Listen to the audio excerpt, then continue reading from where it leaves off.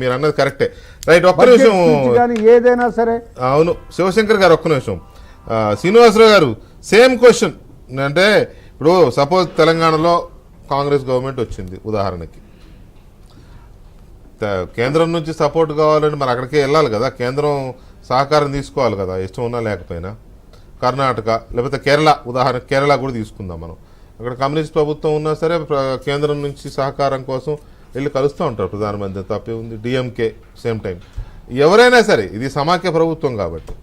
ఇక్కడ ఏంటంటే డెఫినెట్గా రాజధాని విషయంలో బీజేపీ కొంత చూసి చూడనట్టుగానో లేకపోతే రాజధాని ఆగిపోతే పట్టించుకున్నట్టుగా ఉండడం వాస్తవం.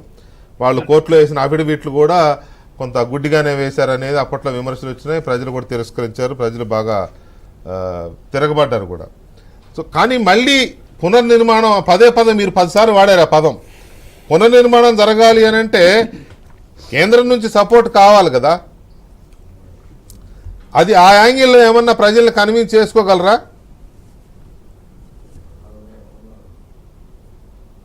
ఆయన వినిపిస్తుందో లేదో సార్. ఇప్పటి వరకు ఉన్న అంచనాల ప్రకారం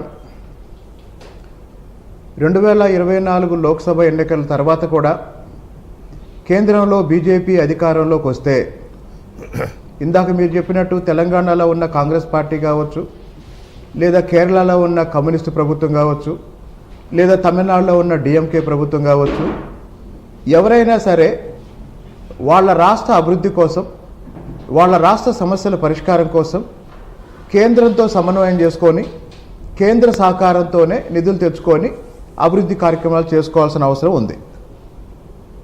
సరే, తెలంగాణలో ఉన్న కాంగ్రెస్ పార్టీ ప్రభుత్వానికి కేంద్రంలో ఉన్న బీజేపీ ప్రభుత్వానికి సిద్ధాంత వైరుధ్యాలు ఉన్నాయి. అలాగనే కేరళలో ఉన్న అధికార పార్టీకి కేంద్రంలో అధికారంలో ఉన్న బీజేపీకి సిద్ధాంత వైరుధ్యాలు ఉన్నాయి. వాళ్ళ కలయిక కేవలం పాలనాపరమైన అంశాల కలయిక అంతే.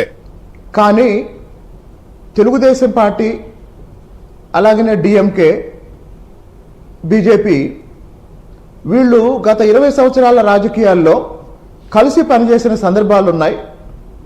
కొన్ని ప్రత్యేక పరిస్థితుల్లో ప్రత్యేక కారణాల వల్ల విడిపోయి మళ్ళీ గత ఎన్నికల్లో విడిగా పోటీ చేసిన సందర్భం మన ముందుంది. చంద్రబాబు నాయుడు గారు ఎన్డీఏ రేపు ఆంధ్రప్రదేశ్లో జగన్మోహన్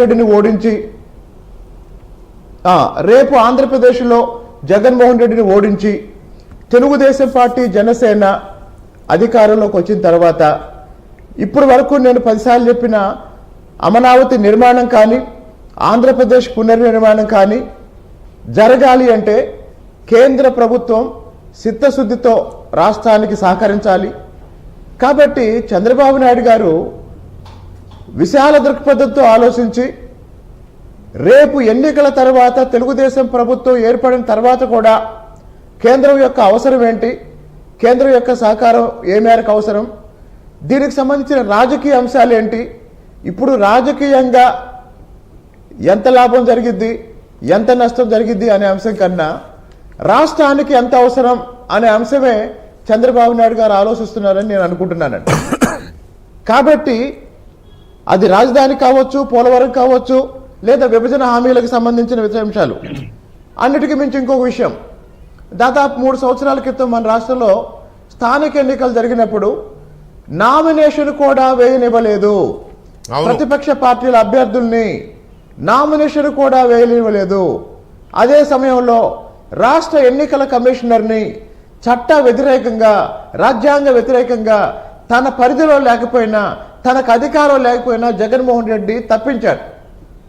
ఈ మొత్తం నేపథ్యంలో ఇందాక నేను చెప్పినట్టు రాజకీయంగా 1 సీటు రావచ్చు, 2 సీట్లు పోవచ్చు. ఈ చర్చను పక్కన పెట్టి 2024 ఎన్నికల తర్వాత కూడా తెలుగుదేశం పార్టీ వస్తుంది, చంద్రబాబు నాయుడు గారు ముఖ్యమంత్రి అవుతారు అని బలంగా నమ్ముతున్నాం. కాబట్టి ఈ ఎన్నికల్లో చంద్రబాబు నాయుడు గారు ఇస్తున్న హామీలని సంపూర్ణంగా అమలు చేయాలంటే ఒక పక్క రాష్ట్రంలో ఆర్థిక పునర్నిర్మాణం జరగాలి, మరో పక్క కేంద్రం నుంచి రావాల్సిన సహకారం పూర్తిగా తెచ్చుకోవాలి. కాబట్టి ఇక్కడ ఒక మెట్టు దిగైనా సరే, రాజకీయంగా కొంత సర్దుబాటు చేసుకునైనా సరే మళ్ళీ మళ్ళీ మళ్ళీ మళ్ళీ చెప్పే మాట ఏంటంటే రాష్ట్రం కోసం ఆలోచించే చంద్రబాబు నాయుడు గారు ఒక నిర్ణయం తీసుకుంటారని నేను నమ్ముతున్నానండి. అంటే ఇక్కడ కాంగ్రెస్ పార్టీ కానీ వాళ్ళ ఓటు బ్యాంక్ ఎంత, వాళ్ళ సామర్థ్యం, వాళ్ళ బలం ఈ పక్కన పెట్టండి కాసేపు. కాంగ్రెస్ పార్టీ కానీ లేదా సిపిఎం కానీ లేదా లక్ష్మీనారాయణ గారు స్టార్ట్ చేసిన నేషనల్ పార్టీ జై భారత్ నేషనల్ పార్టీ ఇలాంటి ఒక సెక్షన్ ప్రత్యేక హోదాని ఏదో ఎజెండాగా చేసుకోవాలి ఎన్నికల్లో అనేది ఒకటి అనుకుంటున్నారు. ఈ ప్రత్యేక హోదా అనే దానికేమో బీజేపీ పూర్తిగా ఇప్పుడు కూడా ఆయన గట్టిగా అరిచి చెప్పాడు నో నో నో అని. సో ఈ ప్రత్యేక హోదా అనే ప్రస్తావన వస్తే ఎలా?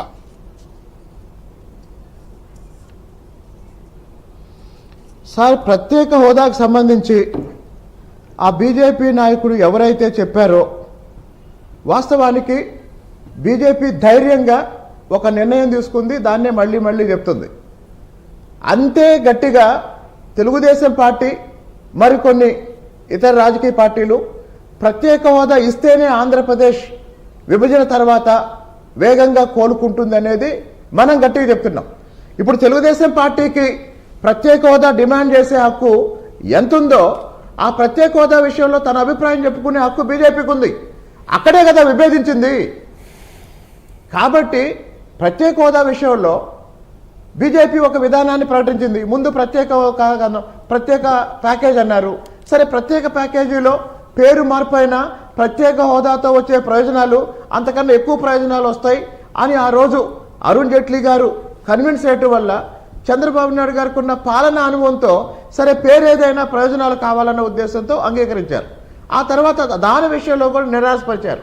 ఈ నేపథ్యంలో ప్రత్యేక హోదా అంశం మీద విభేదించి ఆ రోజు ఎన్డీఏ నుంచి బయటకు రావడం జరిగింది. ఆ రోజు కేంద్ర ప్రభుత్వం నుంచి బయటకు రావడం జరిగింది.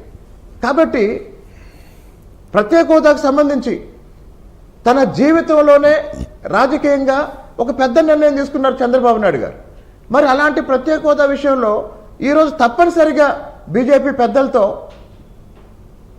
ఈ విషయం మీద మాట్లాడతారని, బీజేపీ వైఖరికి సంబంధించి ఆంధ్రప్రదేశ్ అనుకూలంగా బీజేపీ ఏదో ఒక విధాన నిర్ణయం తీసుకొని ఆ తర్వాత ఒకవేళ పొత్తుకు సంబంధించిన చర్చలు జరిగితే మాత్రం రాష్ట్ర ప్రయోజనాలను దృష్టిలో పెట్టుకొని బీజేపీ కేంద్ర నాయకత్వాన్ని గతంలో విభేదించిన కొన్ని అంశాలకు సంబంధించి చంద్రబాబు నాయుడు గారు ఒప్పిస్తారని కన్విన్స్ చేస్తున్నారని ఒక కార్యకర్తగా నేను నమ్ముతున్నాను.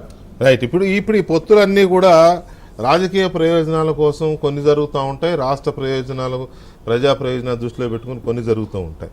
బాబు చాలా సందర్భాల్లో ఫోన్ చేసి ఈ పొత్తులు అధికారంలోకి ఎలా రావాలి అనే యాంగిల్లోనే జరుగుతాయి.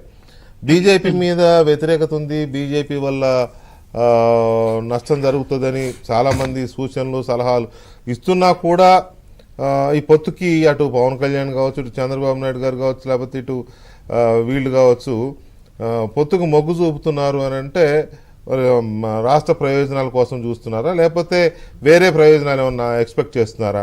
కాంగ్రెస్ ఏమంటోంది, కమ్యూనిస్టులు ఏమంటున్నారు?